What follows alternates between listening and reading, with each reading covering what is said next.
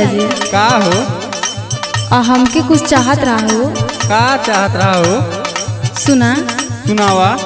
लागल बा सावनवा जब से पागल भइल मनवा हो। लागल बा सावनवा जब से पागल भइल मनवा हो। लागल बा सावनवा जब से पागल भइल मनवा हो। गेरुआ कलर के ले आवा साड़ी देव घर चलब सजनवा हो। गेरुआ कलर के ले आवा साड़ी देव घर चलब सजनवा हो। गेरुआ कलर के ले आवा साड़ी देव घर चलब सजनवा हो।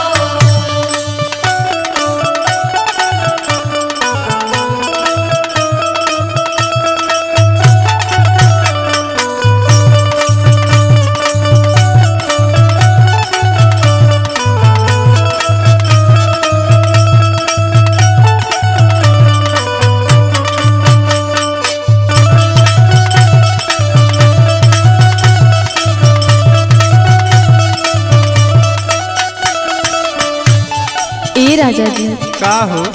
इतने ना हो और सुना। सुनावा। दूगो कसायौरी राजा ले लिहा कावरिया। ले लिहा कावरिया राजा ले लिहा कावरिया। ले लिहा कावरिया राजा ले लिहा कावरिया। दोनों जाने चलल जाई बाबा के नगरिया।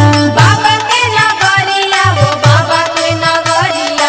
बाबा के नगरिया हो बाबा के नगरिया। दूगो कसायौरी राजा ले लिहा कावरिया। दोनों जाने चलल जाई बाबा के नगरिया। सुना तारा हाँ हो। और सुना। सेट सेट ले लिहा राजा हाथ के कंगनवा हो। सेट सेट ले लिया राजा हाथ के कंगनवा हो। सेट सेट ले लिहा राजा हाथ के कंगनवा हो। गेरुआ कलर के ले लिहा साड़ी देव घर चलक सजनवा हो। गेरुआ कलर के ले लिया साड़ी देव घर चलब सजनवा हो। गेरुआ कलर के ले लिया साड़ी देव घर चलब सजनवा हो।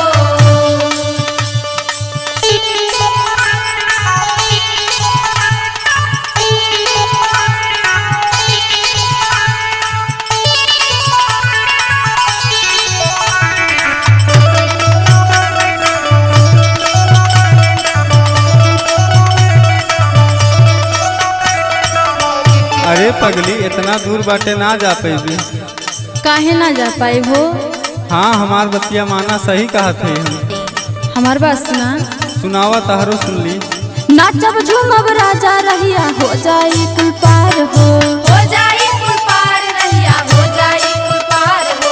हो जाई कुल पार रहिया हो जाई कुल पार हो। बारिशी सावन में पहुँचब बाबा के दुआर हो। बाबा के दुआर सैया बाबा के दुआर हो। बाबा के दुआर सैया बाबा के दुआर हो। सुनत हवा। हाँ सुनत है। नाचब झूमब राजा रहिया हो जाई कुल पार हो। बारिशी सावन में पहुँचब बाबा के दुआर हो। होई कृपा बाबा के तासु घर मिली ललनवा हो। कोई कृपा बाबा के तसु घर मिली ललनवा हो। होई कृपा बाबा के तासु घर मिली ललनवा हो। गेरुआ कलर के ले आवा साड़ी देव घर चलब सजनवा हो। गेरुआ कलर के ले आवा साड़ी देव घर चलब सजनवा हो। गेरुआ कलर के ले आवा साड़ी देव घर चलब सजनवा हो। लागल बा सावनवा जब से पागल भइल बा मनवा हो। गेरुआ कलर के ले आवा साड़ी देव घर चलब सजनवा हो। गेरुआ कलर के ले आवा साड़ी देव घर चलब सजनवा हो। गेरुआ कलर के ले आवा साड़ी देव घर चलब सजनवा हो। गेरुआ कलर के ले आवा साड़ी देव घर चलब सजनवा हो। गेरुआ कलर के ले आवा साड़ी देव घर चलब सजनवा हो। अच्छा ठीक बा, लिए आवत ही तारे बदे।